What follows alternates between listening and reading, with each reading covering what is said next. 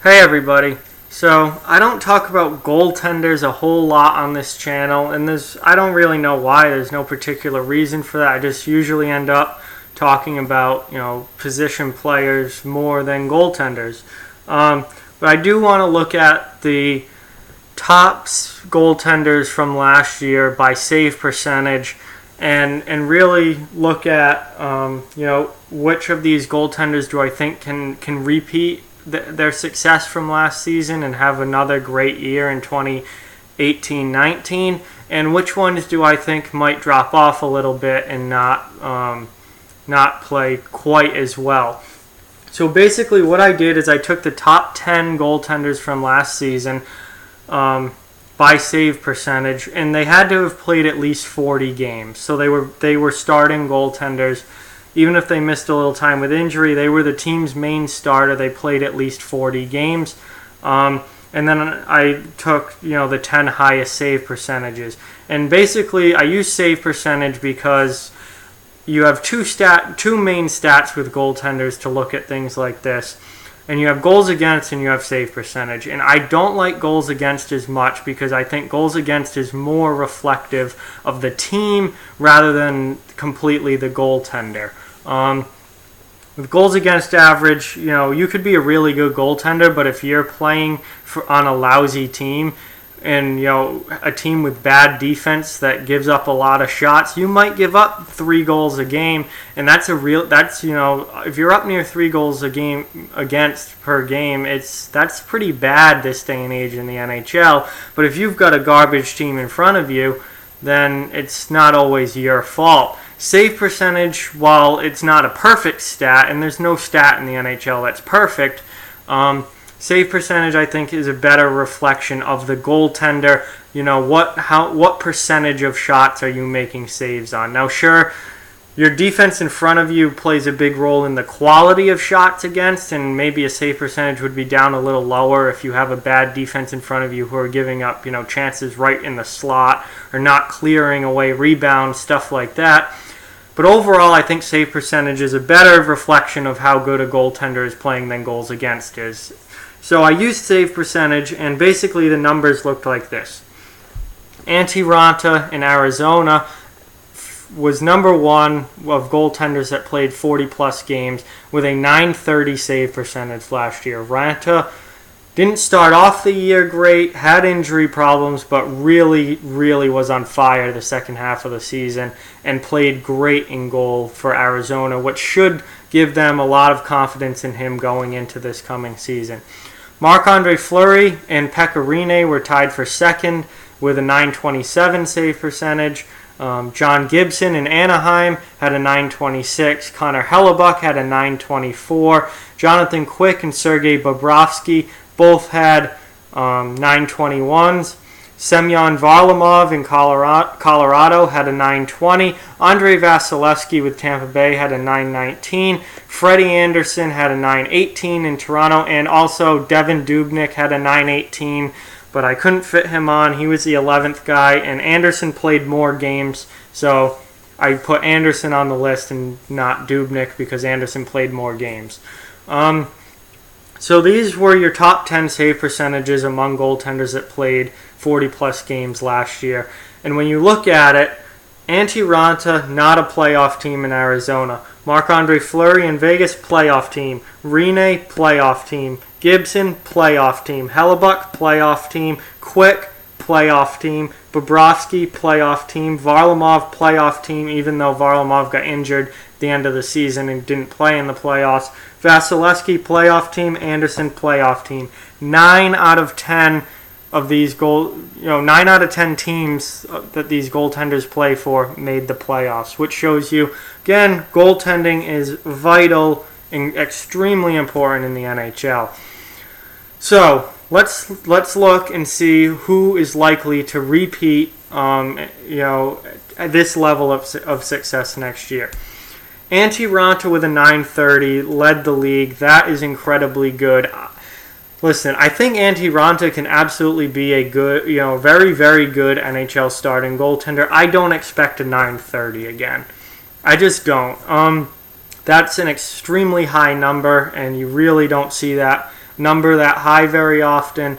And I think had he not had injury problems and played more games, because he only played 40-something games this year. If he was up, playing 60 games like a normal starting goaltender, I don't think he would have finished the year with a .930. So I expect a drop in Antti Ranta's save percentage.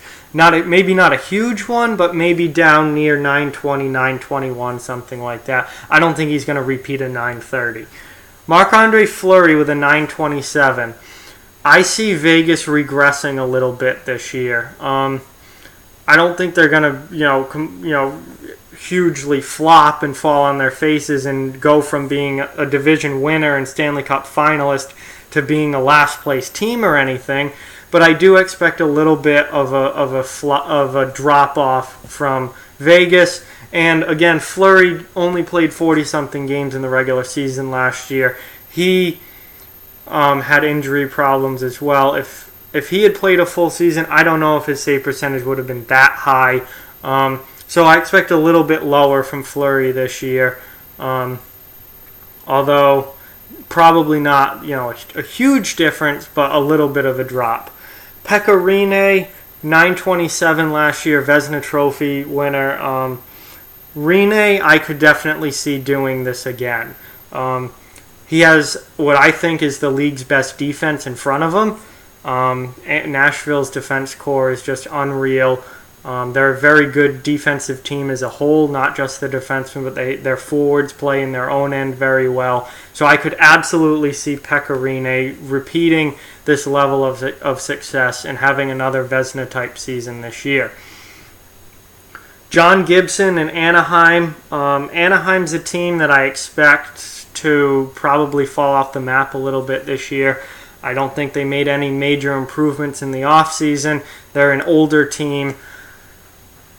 John Gibson, though, is a very, very, very good goaltender, and I think one of the best goaltenders in the NHL. And people, I don't think, really think of him as that, but I really believe that if he's up there, and if he was given more of a spotlight, people would see that more.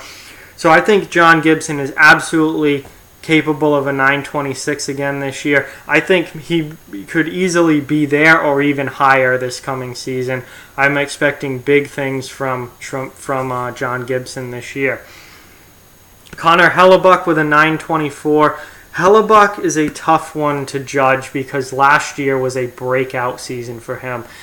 Connor Hellebuyck had never come close to having the season that he had last year with Winnipeg. So, who's the real Connor Hellebuyck at this point? Was last year just a really, really good year where everything came together perfectly and he had a great season? Or is that now, has he improved and developed to the point where that's going to be, the regular thing for Connor Hellebuyck? That's him on a regular basis. I think he absolutely has the potential to repeat as a .924 save percentage goaltender. I think he could be a 40-plus win goaltender, absolutely.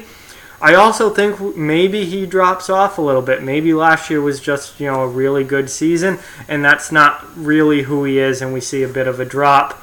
But we're going to have to wait and see how the season goes with that. Jonathan Quick with a .921. LA is a very good team defensively. As we saw in the playoffs, it's not defense that's their problem, it's scoring goals.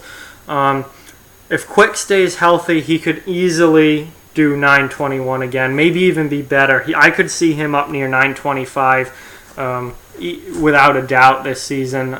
He's an absolutely stellar goaltender, and with that team defense in front of him, there's no doubt in my mind that Jonathan Quick can match that or possibly be even better. Sergei Bobrovsky with a .921. Bobrovsky has shown that he's an incredibly good regular season goaltender. When it comes to the playoffs, it's a little bit of a different story, and he tends to not be nearly as good in the postseason as he is in the regular season. But we're talking about regular season here, so there is no doubt in my mind that Bobrovsky can have just as good of a season in Columbus this year with .921, which is a very good save percentage. Semyon Varlamov with a .920 in Colorado. He hasn't been that good in quite a while. He's really had some rough years along the way over the last few years. And last year was a very, very good year for Varlamov. Now he has Philip Grubauer pushing him in Colorado. Grubauer is going to fight for that starting job, and he's really there to take Varlamov's job.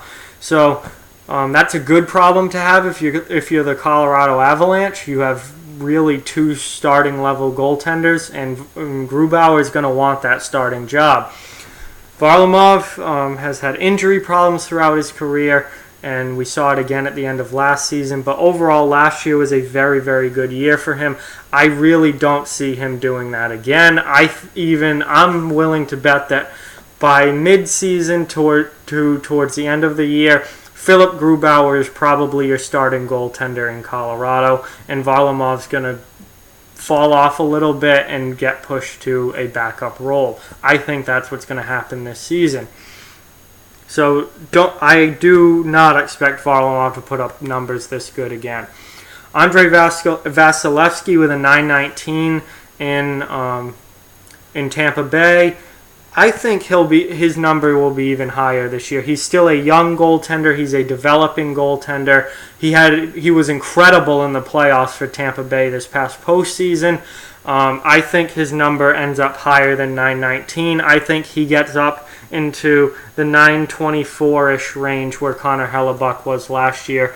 I think that's just the next step in the progression for Andrei Vasilevsky, and I think Vasilevsky is going to be an elite goaltender in the NHL for a long time.